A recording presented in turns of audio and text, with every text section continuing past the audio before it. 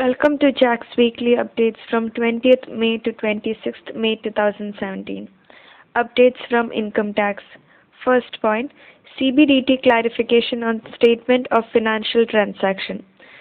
Section 285BA of the Income Tax Act 1961 requires furnishing of a statement of financial transaction for transactions prescribed under Rule 114E of the Income Tax Rules 1962.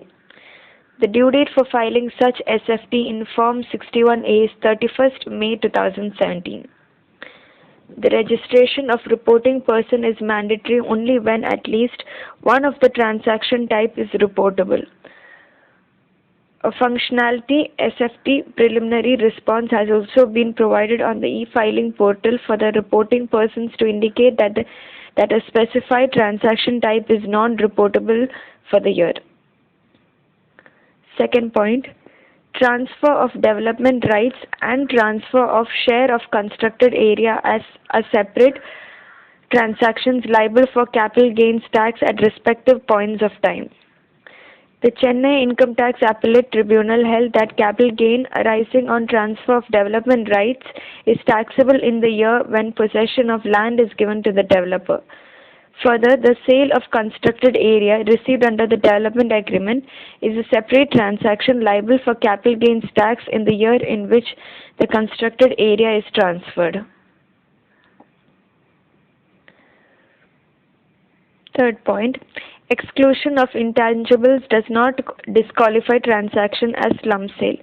Section 50B of the Income Tax Act 1961 provides for computation of capital gains arising on slum sale of undertaking. Recently, the Kolkata Income Tax Appellate Tribunal has held that Section 50B of the Act would continue to apply even in situations where intangible assets such as trademark, logos, trade name, etc. related to the business undertaking are not transferred under the slum sale arrangement. Next, we have updates from indirect taxes. CBEC asks telecommunication companies to pass benefit under GST to customers. Telecommunication services will attract GST of 18% in the GST regime. Under GST, telecom service providers would avail credit of IGST paid on domestically procured goods as also imported goods. The entire credit can be taken in the same year. Resultantly, the balance 2/3 credit of the previous year would be admissible in the current financial year itself.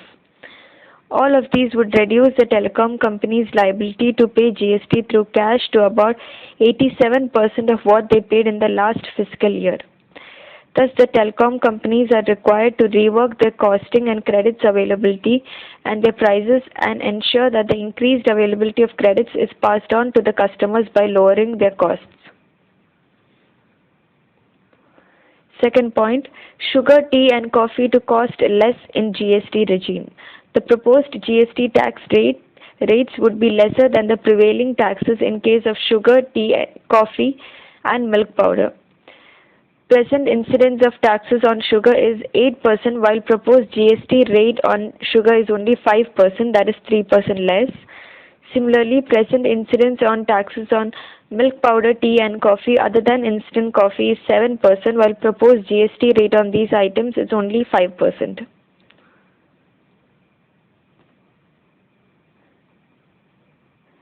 Next, we have update from ICAI. Amendment in Guidance Note on Audit of Consolidated Financial Statements. After detailed deliberations, the Council amended the Guidance Note to clarify that the intent of the Guidance Note was to ensure compliance of SA 600.